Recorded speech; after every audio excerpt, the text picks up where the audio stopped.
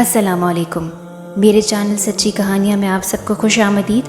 تو آئیے سنتے ہیں آج کی ویڈیو میں اللہ کے پیارے نبی کلیم اللہ یعنی کہ حضرت موسیٰ علیہ السلام اور اللہ کے پیارے بندے حضرت خضر علیہ السلام کا ایک بہت ہی خوبصورت قصہ۔ ایک مرتبہ بنی اسرائیل نے حضرت موسیٰ علیہ السلام سے سوال کیا کہ اس وقت تمام انسانوں میں سب سے بڑا عالم کون ہے؟ کیا آپ سے بھی بڑا کوئی عالم ہے؟ حضرت موسیٰ علیہ السلام چونکہ اللہ تعالیٰ کے پیغمبر تھے اور ہر پیغمبر اپنی قوم کا سب سے بڑا عالم ہوا کرتا ہے، اس لیے موسیٰ علیہ السلام نے بغیر کسی تکبر کے جواب دیا، سب سے بڑا عالم میں ہوں۔ اگرچہ اس جواب میں ذرہ برابر بھی تکبر نہ تھا، لیکن اس سے زیادہ بہتر یہ بات تھی کہ اسے اللہ تعالیٰ کے علم کے حوالے کرتے اور کہتے اللہ تعالیٰ ہی جانتے ہیں کہ اس وقت سب سے بڑا عالم کون ہے۔ لہٰذا اللہ رب العزت کو موسیٰ علیہ السلام کا یہ جواب پسند نہیں آیا۔ یہ اللہ تعالیٰ کا اپنے پیارے انبیاء کے ساتھ خصوصی تعلق ہوتا ہے کہ اللہ تعالیٰ ان کی چھوٹی سی بات پر بھی پیار بھری ناراضگی فرماتے ہیں۔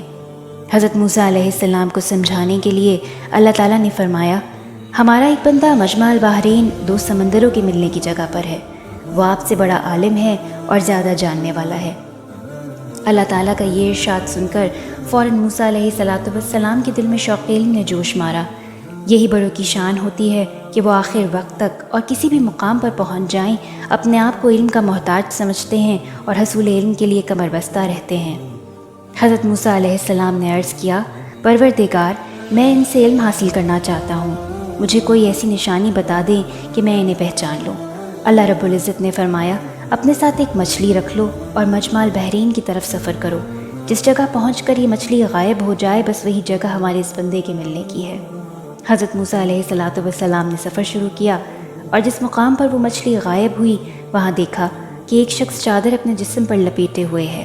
حضرت موسیٰ علیہ السلام سمجھ گئے کہ یہ وہی بڑے عالم ہیں جن سے مجھے ملاقات کرنی ہے۔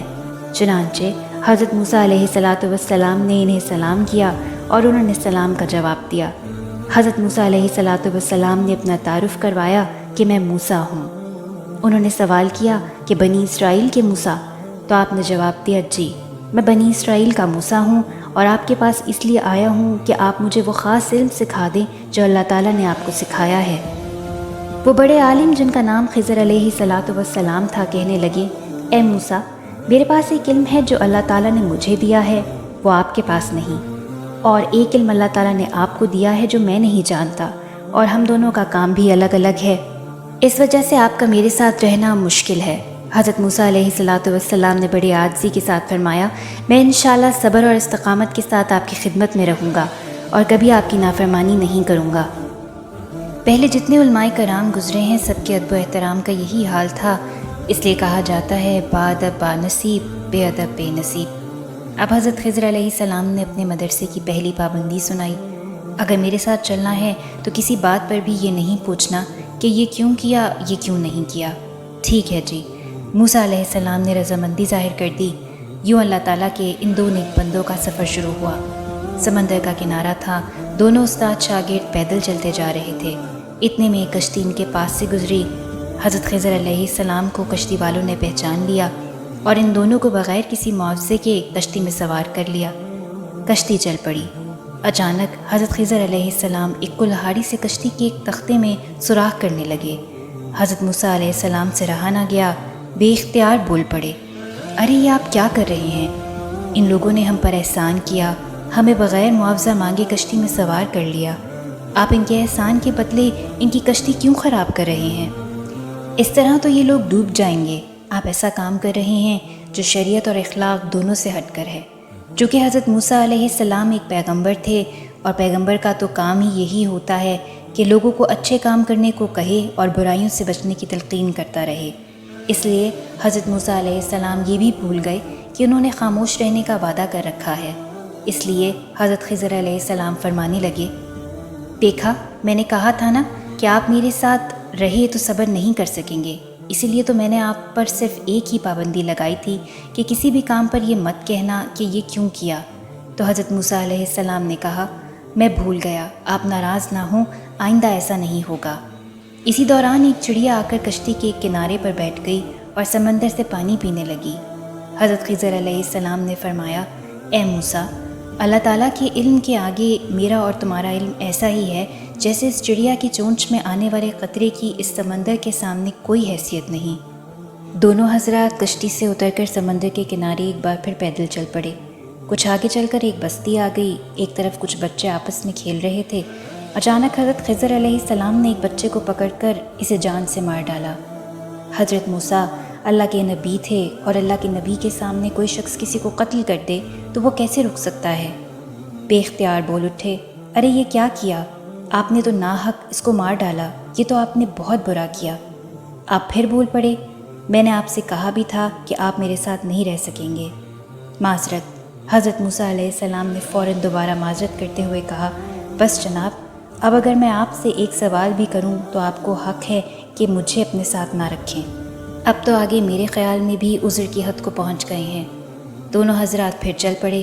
کچھ آگے چل کر ایک اور بستی میں داخل ہوئے۔ کافی بھوک بھی محسوس ہو رہی تھی۔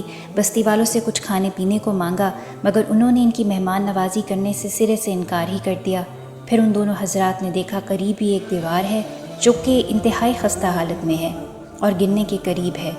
پھر حضرت موسیٰ علیہ السلام کی حیرت کی انتہا نہ رہی جب انہوں نے دیکھا کہ حضرت خضر علیہ السلام نے اس دیوار کی تعمیر کر دی اور بستی والوں سے اس کا کوئی تذکرہ تک نہیں کیا۔ جناب، اگر آپ چاہتے تو بستی والوں سے اس کی کچھ اجرت ہی لے لیتے۔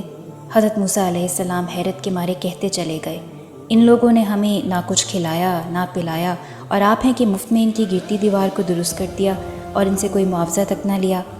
حضرت موسیٰ علیہ السلام پھر بے اختیار بول اٹھے، اور اب چونکہ یہ آخری موقع تھا لہٰذا حضرت خضر علیہ السلام نے ان سے کہا، اب آپ مجھ سے الگ ہو جائیں۔ البتہ حضرت خضر علیہ السلام نے مناسب سمجھا کہ کشتی میں سوراخ کرنے، بچے کو قتل کرنے اور دیوار کو تعمیر کرنے کا راز بتا دیا جائے۔ چنانچہ انہوں نے فرمایا، اب سنو، جن باتوں پر آپ صبر نہیں کر سکے ان کی حقیقت کیا تھی۔ وہ کشتی کچھ غریب لوگوں کی تھی اور دوسری طرف ایک بادشاہ تھا جو ہر صحیح سالم کشتی کو چھین لیتا تھا۔ میں نے اس کشتی میں سوراخ کر کے اسے عیبدار بنا دیا تاکہ وہ کشتی ان غریبوں سے نہ چھین لی جائے۔ وہ بچہ جسے میں نے قتل کر دیا تھا، اس کے بارے میں اللہ تعالیٰ نے مجھے اطلاع کر دی تھی کہ یہ اگر بڑا ہوا تو کافر اور نافرمان ہوگا، جبکہ اس کے والدین انتہائی نیک تھے، اس لیے ہم نے اس بچے کو ابھی سے ختم کر دیا، اور اللہ تعالیٰ نے اس کے ماں باپ کو بہتر بدلہ دینے کا فیصلہ کر لیا اور نیک اولاد دی۔ یہ دیوار جسے میں نے بغیر اجرت کے تعمیر کر دیا ہے، یہ 2 بچوں کی ہے جو اسی شہر کے باشندے ہیں۔ اس دیوار کے نیچے ان بچوں کا کافی سارا مال چھپا ہوا تھا۔ ان بچوں کا باپ اللہ تعالیٰ کا نیک بندہ تھا، لہٰذا اللہ تعالیٰ نے چاہا کہ یہ دونوں بچے بالغ ہونے کے بعد اپنے اس مال کو حاصل کر لیں۔ اور یہ بھی سن لو کہ اس طرح کے کام میں اپنی ذاتی رائے سے نہیں کیا کرتا، یہ تو اللہ تعالیٰ کی رحمت اور حکمت کے فیصلے ہوتے ہیں۔ یہ تھی ان باتوں کی حقیقت جن پر تم صبر نہ کر سکے۔ نبی کریم صلی اللہ علیہ وآلہ وسلم نے یہ قصہ بیان کر کے فرمایا کہ اگر موسیٰ علیہ السلام کچھ اور رک جاتے تو اللہ تعالیٰ ہمیں ان دونوں حضرات کا مزید آگے قصہ سناتے۔